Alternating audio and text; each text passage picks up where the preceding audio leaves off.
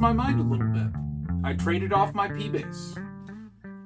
The precision bass is a mainstay of the electric bass world. The original design, really, of the electric bass guitar. Precision because of frets. It's called the precision bass because you could fret notes precisely. Before this, you had the big stand-up bass, and they're fretless. P basses that you see out in the modern world aren't all that different from what a vintage P bass would be. The original design was a little bit different than this, but by the end of the 50s, this is what a P bass looked like. You don't necessarily need more than this to play bass. Some might like a second pickup. We'll get to that here in a little bit. But I just kind of figured out it wasn't quite right, or so I thought, for what I'm doing. I tuned down a whole step. Everything you're going to hear today is in standard, but tuned down a whole step, have a little bit of thicker strings. I wanted something that could push a little bit more in the highs and a little bit more in the lows.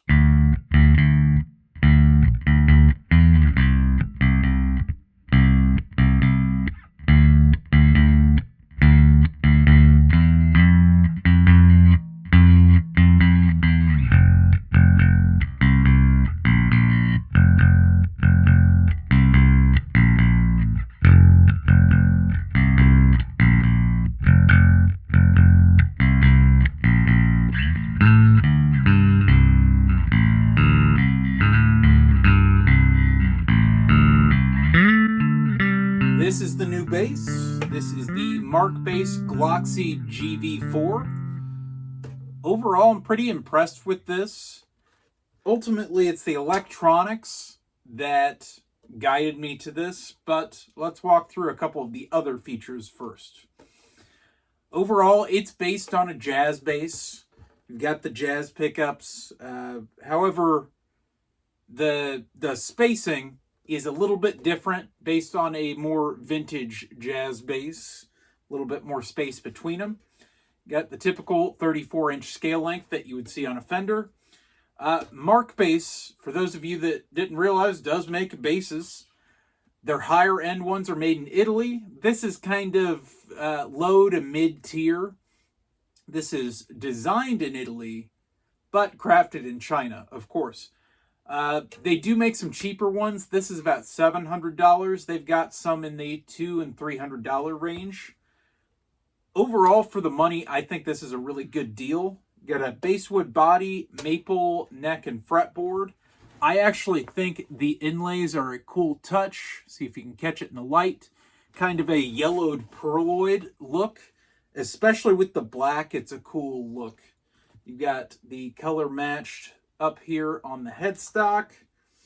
But we've got 6 knobs.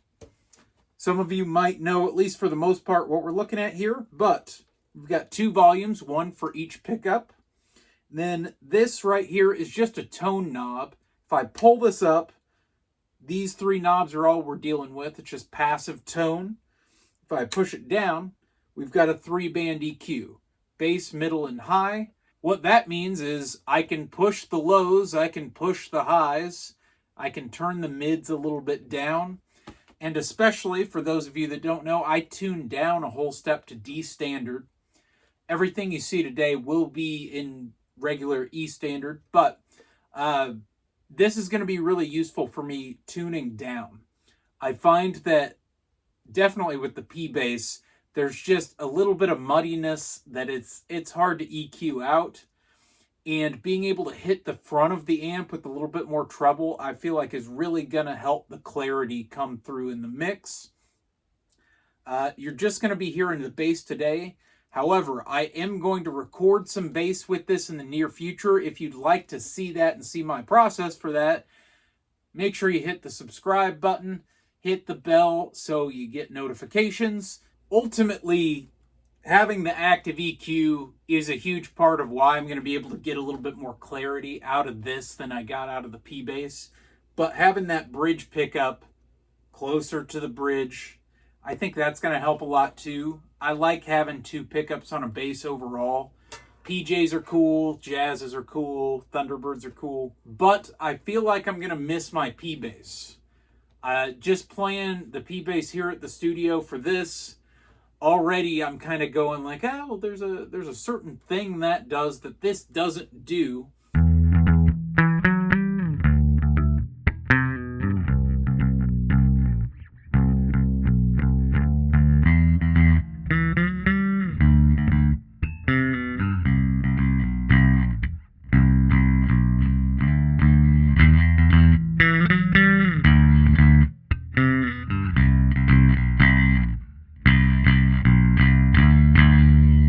Did take the strings off and level the frets on here.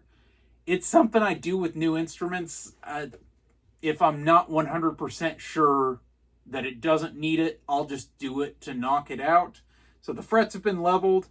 I don't know that it 100% needed it out of the box, but with instruments at this level, it's not a terrible idea. The active-passive switch I actually think is pretty cool. I'm more of a guitar player and less of a bass player, so that's not something I usually think about. And I really think if I was gigging and playing bass, this is something I'd use a lot. Kind of have it preset with the with the active electronics off, have your just kind of typical jazz bass sound, and then be able to click that on and almost have like treble boost, bass boost, whatever you might need for a song or a set.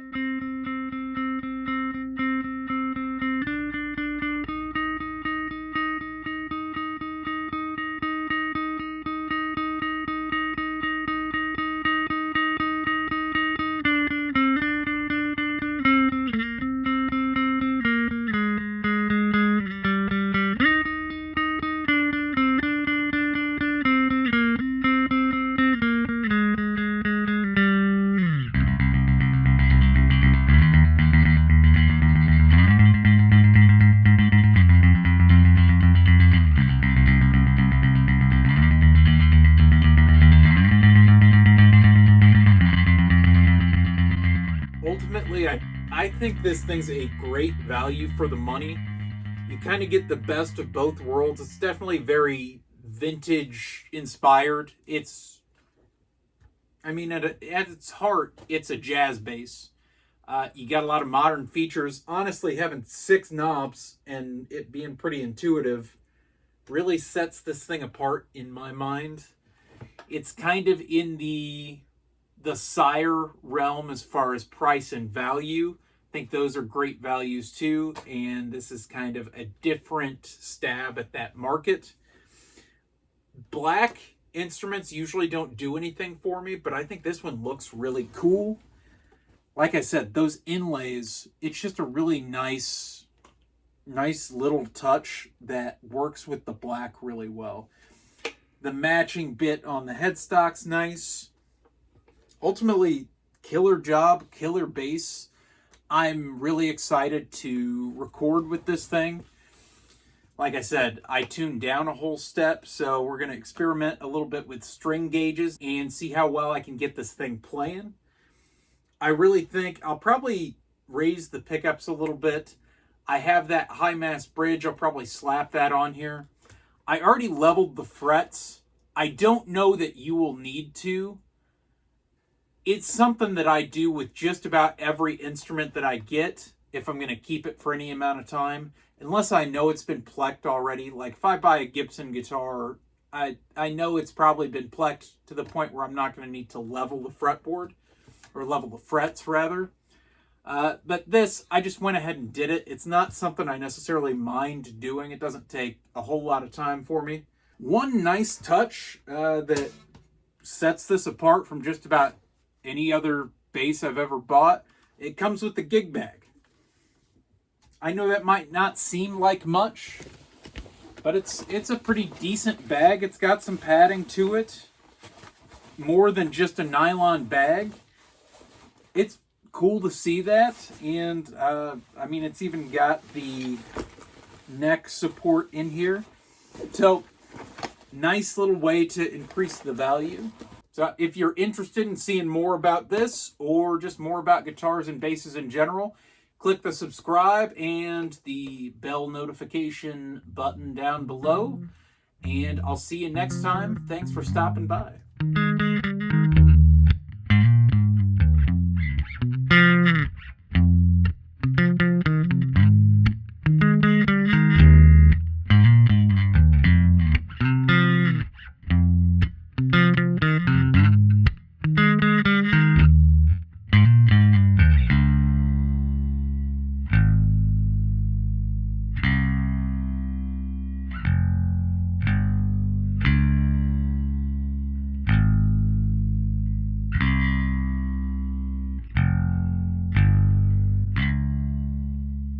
Ultimately, this thing's a pretty good value, I'd say.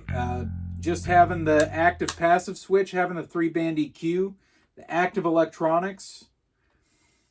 There's a lot you're going to be able to do with this. Tuning down isn't a big deal. They make a 5-string version of this as well.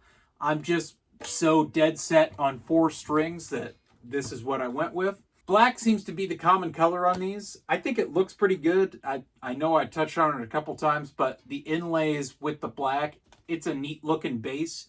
It feels a bit above its pay grade. It just feels like a high quality instrument. Ultimately, if you can, get your hands on one of these and check it out. It's worth trying out if you're on the fence about it. If you're looking at budget basses, this is a cool place to be.